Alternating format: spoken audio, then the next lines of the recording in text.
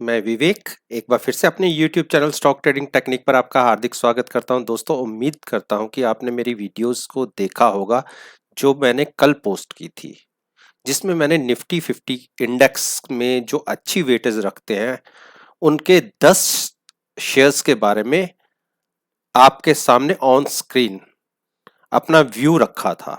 और अगर आज आपने मार्केट की मूवमेंट के साथ इनको एनालाइज किया होगा तो आपको बहुत अच्छे रिजल्ट्स देखने को मिले होंगे।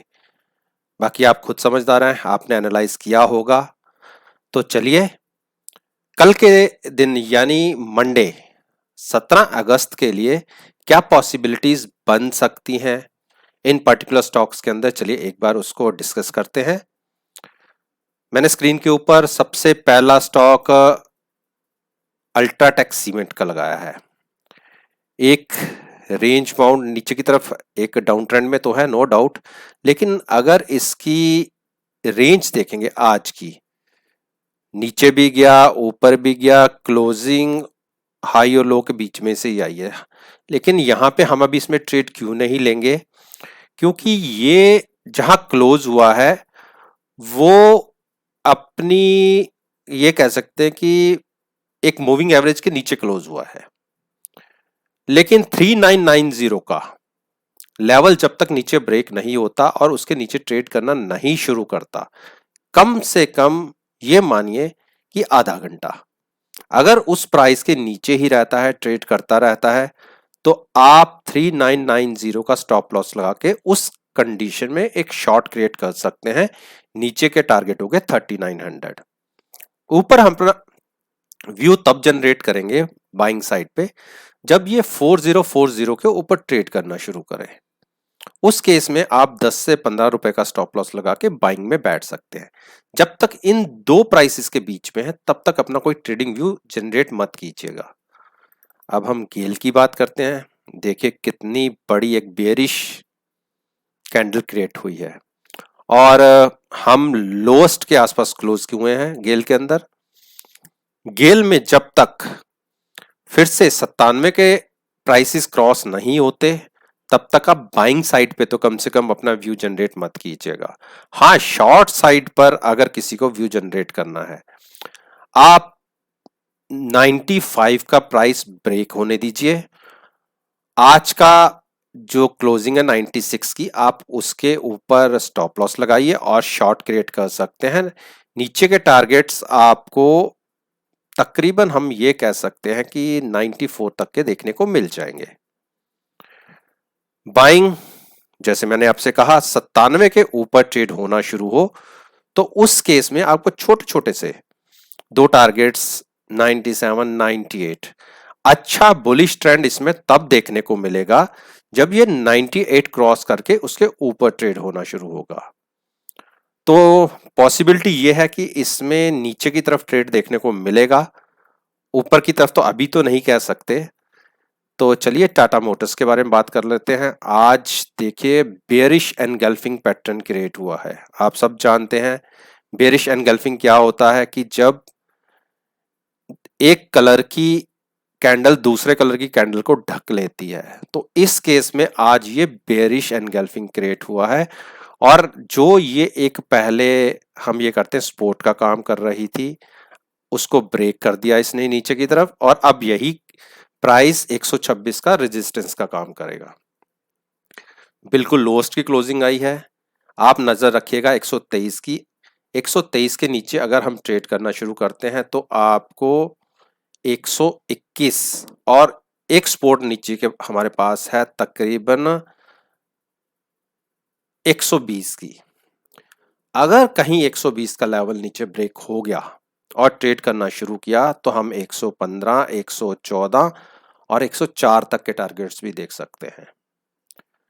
बाइंग साइड पे हम तब बैठेंगे जब प्राइस 126 फिर से क्रॉस करे और वहां से प्राइस कम से कम 2 रुपए ऊपर ट्रेड करना शुरू करे। उस केस में आप 2 रुपए का स्टॉप लॉस लगा के बाइंग में बैठ सकते हैं। अदरवाइज बाइंग में अभी देखने की भी जरूरत नहीं है। यूपीएल में आप देखिए कल के दिन में तो एक डोजी पैटर्न क्रिएट हुआ था और ये जो ट्रेंड दिखा रहा था ये डाउन ट्रेंड ही था। आप देखिए कितना ओवर प्राइस जाने के बाद जब क्लोजिंग आई तो बिल्कुल लोएस्ट के ऊपर। आज उसके बिल्कुल विपरीत खुले तो ऊपर। आप देखिए क्लोज कहां थे हम, 483 हुए, खुले 91 के आसपास, ट्रेड भी करते रहे। लेकिन जैसे ही पूरी निफ्टी इंडेक्स के अंदर सेलिंग देखने को मिली, ये शेयर भी अछूता नहीं रहा और इसने भी एक अच्छा डाउन ट्रेंड दिखाया। एक टाइम तो अपनी जो एक सपोर्ट है बिल्कुल उसको टच किया इसने और वहां से तकरीबन 5 रुपए ऊपर की क्लोजिंग आई है। अब नजर रखनी है 475 के ऊपर। 475 ब्रेक होता है और अगर ट्रेड करना शुरू करता है तो आप 465 और यहां का हम ये कह सकते हैं कि आप 460 तक भी जा सकते हैं। बुलिश साइड पे अभी हम व्यू तब तक क्रिएट नहीं करेंगे जब हम फिर से 490 क्रॉस नहीं करेंगे। आईओसी, इंडियन ऑयल कॉरपोरेशन, इसने देखिए कल के आज के दिन में अपनी नीचे की सपोर्ट ब्रेक कर दी और क्लोजिंग उसके नीचे ही आई है। अब यहां से अगर हम ये कह सकते हैं कि 85 को हम नीचे की तरफ ब्रेक करके 84 मान लीजिए, 84 हम नीचे की तरफ ब्रेक करके ट्रेड करना शुरू करते हैं, टारगेट्स 83 के देखने को मिलेंगे और 82 तक भी हम गिर सकते हैं। बुलिश व्यू तब क्रिएट करिएगा जब 88 के ऊपर एक क्लोजिंग आ जाए। नेक्स्ट डे देखिए अगर वो सपोर्ट को सस्टेन करता है तब आप बाइंग में बैठिएगा तो 90 के टारगेट्स आपको बहुत जल्दी देखने को मिल जाएंगे। हीरो मोटोकॉर्प, हीरो मोटोकॉर्प ने भी आज के दिन में 2765 पर एक सपोर्ट लिया और 2751 इसकी एक मेजर सपोर्ट है। अगर इसे ये ब्रेक कर गया तो 2726 और 2600 तक भी हम गिर सकते हैं। अप ट्रेंड में हम तब बैठेंगे जब हम ये कह सकते हैं 2840 के ऊपर एक बार प्राइस निकलने दे, तब इसमें एक स्ट्रेंथ दिखेगी। स्ट्रेंथ दिखेगी तो हमें 100 से 125 पॉइंट ऊपर की तरफ देखने को उस कंडीशन में मिल सकते हैं। टाइटन सुबह तक बहुत अच्छे मूड में था और क्लोजिंग भी अच्छे मूड में ही रही। हाँ, ऊपर से कह सकते हैं कि थोड़ा सा नीचे दिखा, लेकिन जैसे ही अपने इसने देखिए ट्रेंड लाइन ब्रेक की थी, आज की क्लोजिंग कल की क्लोजिंग से हाई पे आई है। मार्केट इतनी बेरिश रही उसके बावजूद एक अच्छी स्ट्रेंथ देखने को मिली है। अब नजर रखिएगा मंडे के ट्रेडिंग सेशन में 1120 की, 1120 के ऊपर अगर हम ट्रेड करना शुरू करते हैं तो उस कंडीशन में आप 1110 का एक स्टॉप लॉस लगा के बाइंग में बैठ सकते हैं। शॉर्ट 1090 से पहले नहीं बनती, या मैं कहूं कि 1085 से पहले नहीं बनती। 1085 क्रॉस होते ही एक सेंटीमेंट्स खराब हो जाते हैं, तब हम उस केस में 1070, 1060 और 1025 तक के टारगेट भी देखने को नीचे मिल जाएंगे। हाँ, एक मेजर सपोर्ट नीचे देखने को मिलेगी 1043 के ऊपर। टीसीएस, टीसीएस देखिए कंटिन्यूस एक बेरिश ट्रेंड के अंदर और आज की क्लोजिंग इसकी बहुत ही ये कह सकते हैं कि नेगेटिव साइड पे आई है। 2254 की एक सपोर्ट बनती थी, उसको ब्रेक करके तकरीबन इसने 2253 ये कह सकते हैं उसके ऊपर एक क्लोजिंग दी है। एक क्लोजिंग नीचे, क्लोजिंग नहीं तो 2235 के आसपास प्राइस नीचे की तरफ जाने दीजिए। अगर वहां ट्रेड होता रहता है तो आपने ये जो बड़े बड़े दो कैंडल्स देखे थे, ये जो स्ट्रेंथ दिखी थी ये सारी खत्म होके हम उसी प्राइस के आसपास आ जाएंगे जो बनता है 2180 का। अप ट्रेंड में तब हम जाएंगे जब ऊपर हम 2330 क्रॉस करेंगे। हाँ, स्ट्रेंथ आपको 2275 के बाद दिखनी शुरू हो जाएगी, लेकिन 2200 देखिए यहां तक जाने के बाद 2275 भी तो ब्रेक हुआ ना। अब 2275 पे हम जाके सीधा बाइंग कर लेंगे तो एक रिस्क खुल जाता है, फिर भी रहता है। हाँ, थोड़ा सा और स्ट्रेंथ आने दीजिएगा तब ही इसी में बाइंग लीजिएगा। अदरवाइज नीचे का मुझे पता नहीं इंडिकेशन मिल रहा है कि ये नीचे की तरफ एक मूव दिखा सकता है। अब बात कर लेते हैं मारुति। मारुति ने देखिए, जो मैंने एक इसको मैं थोड़ा सा एक्सटेंड कर देता हूं,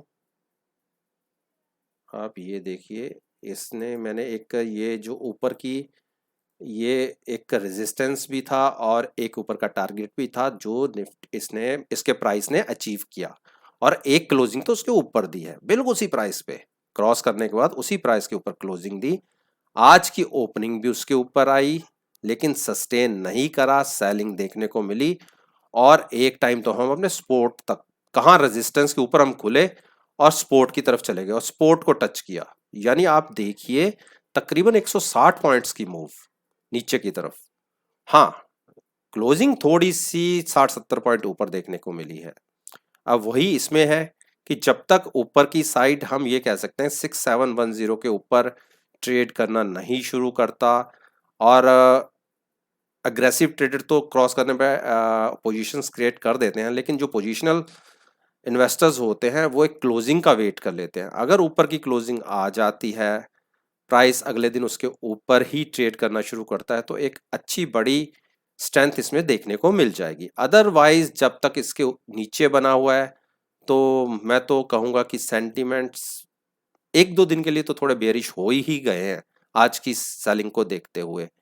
और अगर प्राइस ने अगर नीचे 6550 को ब्रेक कर दिया तो हम ये कह सकते हैं कि 6560 तक के टारगेट्स मिल सकते हैं, 6370 के टारगेट्स देखने को मिल सकते हैं, और ही ज्यादा बेरिश हो गया तो 6300 के टारगेट्स भी देखने को मिल जाएंगे। ब्रिटेनिया एफएमसीजी का अच्छा शेयर, लेकिन लगातार बेरिश मूड में ही चल रहा है। और आज के दिन में देखिए, जो मैंने ये एक प्राइस मार्क किया हुआ है नीचे का टारगेट भी कह लीजिए, नीचे की सपोर्ट भी कह लीजिए, एक बार तो देखिए आज इसने इसको छू लिया। ये कई दिनों से मैं बता रहा हूं कि ये यहां तक आ सकता है और आया भी।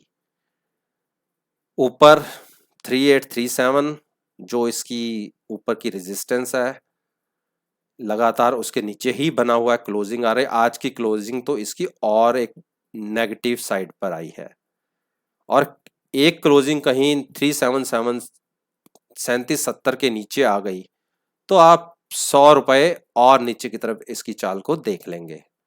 ऊपर ये चाल तब पकड़ेगा जब ये 3917 को ब्रेक करके ऊपर ट्रेड करना शुरू करेगा। उस केस में आपको 70 से 80 पॉइंट्स अच्छी स्पीड से मिल जाएंगे। तो दोस्तों, ये वो स्टॉक्स थे जो निफ्टी इंडेक्स के अंदर अच्छी वेटेज रखते हैं और जिनके बारे में मैं आपके साथ रोज डिस्कशन करता हूं।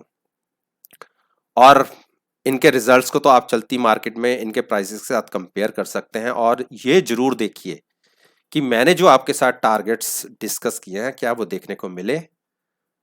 अगर आप समझते हैं कि आपको मुझे कोई सजेशन देने की जरूरत है तो आप नीचे कमेंट बॉक्स में जरूर मेंशन कीजिएगा। मैं उसको कंसिडर करके कोशिश करूंगा कि मुझे कहाँ अपने आप को सुधारना है। और अगर आप मेरी पास्ट परफॉर्मेंस को एनालाइज करना चाहते हैं, देखना चाहते हैं कि मैं जो इतने दिनों से आपके साथ अपने चार्ट्स को डिस्कस कर रहा हूं, कभी स्ट्रेटजीज बताता हूं, कभी किसी पर्टिकुलर स्टॉक के बारे में अपना ट्रेंड बताता हूं, क्या वही प्राइसेस के हिसाब से मूव कर रहा है या नहीं, जरूर देखिएगा। और जैसे मैं आपसे कहता हूं कि ये वीडियो केवल मेरी सिखाने के पॉइंट ऑफ व्यू से ही है, मैं कभी नहीं कहता कि मेरी इस वीडियो को देख के आप मार्केट में कोई पोजीशन बनाएं। इसी बात के साथ मैं आपसे विदा लेता हूं, और वीडियो अच्छी लगे तो सब्सक्राइब करिए, मेरे चैनल को शेयर कीजिए, लाइक करिए, और साथ में बेल आइकन का बटन दबाना मत भूलिएगा, जिससे टाइमली नोटिफिकेशन आप तक पहुंच सके। इसी बात के साथ मैं आपसे विदा